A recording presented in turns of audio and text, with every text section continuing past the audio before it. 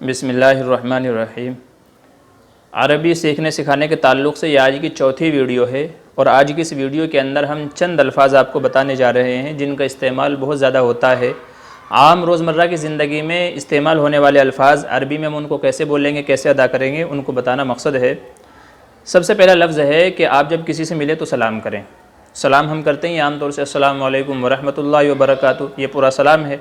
हदीस में फरमाया गया अस्सलामु क़ब्लल कलाम, कि कोई भी बात करने से पहले सलाम करो। तो इसलिए किसी साथी से, कोई भी हो, घर वाले हों या कोई दूसरा दोस्त अहबाब रिश्तेदार हों, तो सलाम कर बात करने से पहले सलाम करनी चाहिए। तो सबसे पहले सलाम करेंगे। सलाम करने के बाद हमें उससे हालचाल पूछने हैं, जैसा कि हम आम तौर से हालचाल पूछते हैं, भाई आप कैसे हैं, क्या हालचाल हैं। तो ऐसे हमको उनके हालचाल पूछने हैं, तो अरबी में कैसे पूछेंगे।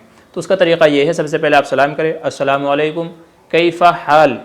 कैफ़ा हाल, कैफ़ा के माना कैसे हैं, हाल के माना हाल चाल हुई। जो हम पूछते हैं कि भाई आपके क्या हाल चाल हैं, तो अरबी में बोलेंगे कैफ़ा हाल। कैफ़ा हाल के बाद अब आप कई सारे अल्फाज का इस्तेमाल कर सकते हैं। जैसे आपको सदीक़ कहना है, सदीक़ के माना है दोस्त के। हबीब कहना है, हबीब के माना भी दोस्त के हैं। और अखुन अरबी में भाई के लिए आता है, और अबुन बाप के लिए आता है, उम्मुन माँ के लिए आता है। तो ये चंद अल्फाज भी आप जो है याद कर लीजिए। अबुन बाप, उम्मुन माँ, सदीक़ हबीब के माना दोस्त।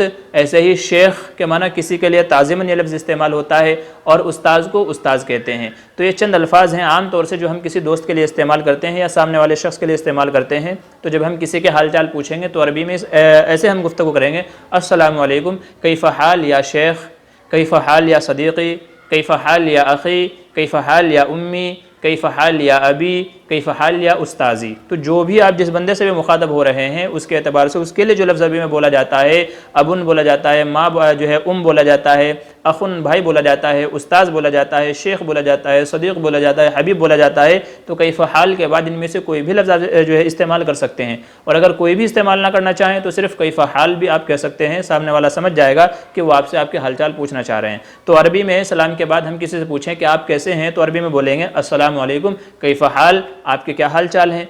अब सामने वाले को उसका जवाब देना है वालेकुम अस्सलाम अना बिखैर। अना के माना मैं, बिखैर के माना खैर। हम कहते हैं ना कभी दुआए खैर में याद रखना, तो खैर के माना है अच्छा हूँ, भाई अच्छे हैं, खैर हैं। तो दुआए खैर में याद रखना, उसी से यह लफ्ज़ बना है कि अना बिखैर, मैं कैसा हूँ, आराम से हूँ। अभी की बात है कुछ दिनों पहले की, तो एक जो है साहिब जो है वो दुबई और सऊदी में कुछ वक्त गुजार के आए हैं। तो वहाँ पर रहते हुए लोगों को कुछ ना कुछ थोड़ी बहुत वो कैफ़ा हाल वैफ़ा हाल ये सब मालूम हो जाता है। तो वहाँ के हमारे सामने अरबी झाड़ने की कोशिश कर रहा था, तो उसने सामने से सलाम किया अस्सलामु अलैकुम और कैफ़ा हाल पूछा। तो हमने अरबी में जवाब दिया वालेकुम अस्सलाम अना बिखैर व कैफ़ा अंता। तो वो कहने लगा कि बस इतनी मुझे नहीं आती, बस मुझे कैफ़ा हाल इतनी आती है, उससे आगे आपने अरबी में क्या बोला उतनी मुझे नहीं आती। हालांकि मैंने उससे पलट करके यही कहा था अना बिखैर, मैं ठीक हूँ, व कैफ़ा अंता, और आप कैसे हैं। लेकिन उसको इतना पता नहीं था, तो वो कहने लगा, फ़ौरन बोल पड़ा कि बस इतना मुझे नहीं आता, मुझे सिर्फ इतना ही आता है।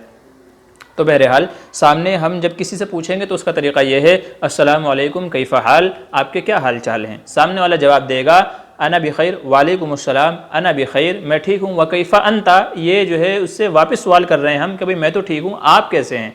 मैं अच्छा हूँ माशाल्लाह, ठीक ठाक हूँ, आप कैसे हैं। तो अना बिखैर, मैं ठीक हूँ, अना बिखैर व कैफ़ा अंता, मैं ठीक हूँ लेकिन आप कैसे हैं। सामने वाला जवाब देगा अना ऐज़न बिखैर, अना ऐज़न। ऐज़न का लफ्ज़ इस्तेमाल होता है भी के लिए, कि मैं भी। तो उसके लिए ऐज़न, अलिफ या ज़ा और ज़ाद और अलिफ, ऐज़न। तो उसके लिए हम बोलेंगे अना ऐज़न बिखैर, मैं भी ठीक हूँ। तो उसके लिए जैसे हम इंग्लिश के अंदर ऑल्सो इस्तेमाल करते हैं, आई ऑल्सो राइट, मैं भी ठीक हूँ। तो या आई जो है आई एम ऑल्सो फाइन, मैं भी ठीक हूँ। तो जैसे हम ऑल्सो इस्तेमाल करते हैं इंग्लिश के अंदर, तो उसकी जगह हम अरबी में ऐज़न इस्तेमाल करेंगे। तो सामने वाला जवाब देगा अना ऐज़न बिखैर, मैं भी ठीक हूँ। अब उसके बाद बातचीत आती है घर वालों की, भाई आपके घर में सब ठीक ठाक है। तो उसके लिए हम जो है ये बोलेंगे व कैफ़ा अहलुका व अयालुका, कि आपके घर वाले, बीवी बच्चे सब कैसे हैं। आपके बीवी बच्चे, अहल आयाल, हम बोलते हैं ना अहल आयाल में सब ठीक ठाक हैं, तो वो अरबी ही अल्फाज हैं। कितने अल्फाज ऐसे हैं कि जो अरबी के हैं लेकिन हम लोग उर्दू में बोलते हैं, इसलिए अरबी सीखना कोई मुश्किल बात नहीं है, अरबी सीखना बड़ा आसान है। तो अब हम घर वालों के बारे में उनसे पूछना चाह रहे हैं कि भाई आपके घर वाले कैसे हैं। तो हम पूछ सकते हैं कैफ़ा अहलुका व अयालुका, आपके घर वाले, बीवी बच्चे सब कैसे हैं। तो सामने वाला उसका जवाब देगा हुम ऐज़न बिखैर, कि वो भी सब ठीक हैं। वो भी, इसके लिए लफ्ज़ इस्तेमाल होगा हुम, कि वो सब भी, हुम वो सब भी, हामीम हुम, हामीम पेश हुम। तो हुम ऐज़न बिखैर, कि वो भी सब ठीक ठाक हैं। تو یہ ہم جو ہے جب کسی سے بات چیت کریں گے، گفتگو کریں گے، تو اس طریقے سے ہم سلام کریں گے، اسے سوال پوچھیں گے اور اس کے جواب میں اس طریقے سے ہم کو جواب دینا ہے۔ تو آج کی ویڈیو کے اندر یہی بتانا تھا کہ جب ہم کسی سے ملیں گے تو حال چال پوچھیں گے، کیف حال یا شیخ آپ کیسے ہیں اے شیخ، سامنے والا جواب دے گا انا بخیر وکیف انتا میں ٹھیک ہوں، وکیف انتا اور آپ کیسے ہیں، تو سامنے والا جواب دے گا انا ایضاً بخیر میں بھی ٹھیک ہوں۔ گھر والوں کے بارے میں پوچھنا ہے تو کیف اہلک و عیالک آپ کے گھر والے بیوی بچے سب کیسے ہیں، تو آدمی سامنے سے جواب دے گا ہم ایضاً بخیر کہ وہ سب بھی ٹھیک ٹھاک ہیں۔ اب اس کے بعد دوسری چیز یہ سمجھیے کہ جیسے کوئی ہمارے یہاں مہمان آیا ہے تو اس مہمان کو ہمیں جو ہے خوش آمدید کہنا ہے، جیسے ہم کہتے ہیں ویلکم، ویلکم آئیے، بہت خوشی ہوئی آپ کے آنے سے، خوش آمدید فارسی کے اندر استعمال کرتے ہیں۔ تو کسی کے آنے پر ہمیں خوشی کا اظہار کرنا ہے تو اس کے لیے عربی میں لفظ استعمال ہوتا ہے اہلاً و سہلاً مرحبا۔ مرحبا ہم عام طور سے استعمال کرتے ہیں لیکن پورا جملہ ہے اہلاً و سہلاً مرحبا۔ جیسے گھر کے اندر کوئی مہمان آیا ہے، السلام علیکم اہلاً و سہلاً مرحبا یا شیخ، تو ہم اس طریقے سے اس سے گفتگو کر سکتے ہیں، اہلاً و سہلاً مرحبا ہمارے سنے ہوئے جملے ہیں، تو اہلاً و سہلاً مرحبا آپ آئیے، آپ کے آنے سے بڑی خوشی ہوئی ہے، خوش آمدید، ویلکم۔ تو یہ سارے جب ہم کسی کا جو ہے استقبال کرنا چاہتے ہیں تو اس کے لیے یہ الفاظ بولے جاتے ہیں، تو اہلاً و سہلاً مرحبا، تو آئیے آپ کے آنے سے میں بڑی خوشی ہوئی ہے۔ پھر اس کو گھر کے اندر بلا لیا ہے، اب اس کو کہنا ہے بیٹھیے، تو اس کے لیے جو ہے لفظ استعمال ہوتا ہے تفضل، تشریف رکھیے، تفضل ماشاءاللہ، تفضل تشریف رکھیے، آئیے بیٹھیے۔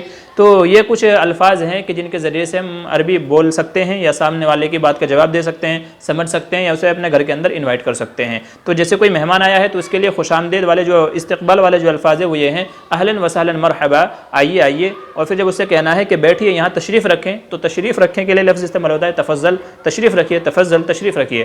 تو یہ آج کی ویڈیو کے اندر بس اتنا ہی۔ جب کسی سے ملے تو کیسے بات چیت کریں، کوئی مہمان آئے تو اس کے لیے کیسے استقبال کریں، اور بیٹھنے کے لیے کیا کیا لفظ استعمال کریں گے، تو یہ کچھ لفظ ہیں، ان کو آپ اپنی کاپی کے اندر، نوٹ بک کے اندر لکھ لیجئے انشاءاللہ، اور ان کو بولنے کی کوشش کیجئے۔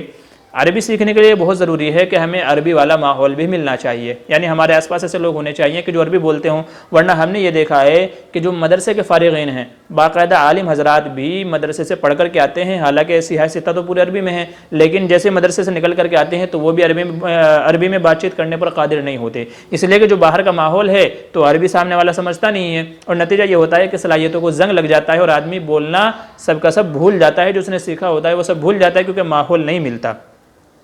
عام طور سے عربی کا رواج ہے تو عربی آدمی نہ بھی سیکھے تو بھی سیکھ جاتا ہے۔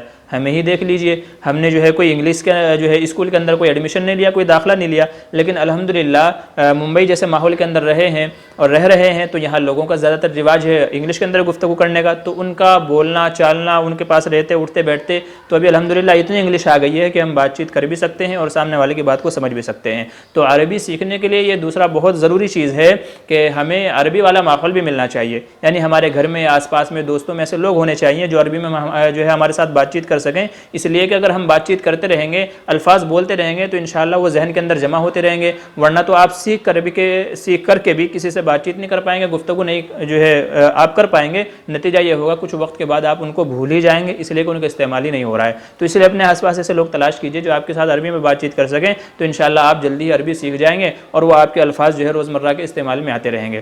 لہٰذا جو ہے عربی کا ماحول بنائیے، بڑی اچھی بات ہے، انشاءاللہ سیکھتے رہیے اور ہمارے ساتھ جڑے رہیے، انشاءاللہ جلدی ہی آپ عربی بولنا سیکھ جائیں گے۔ آج کی ویڈیو کے اندر ہی فقط والسلام۔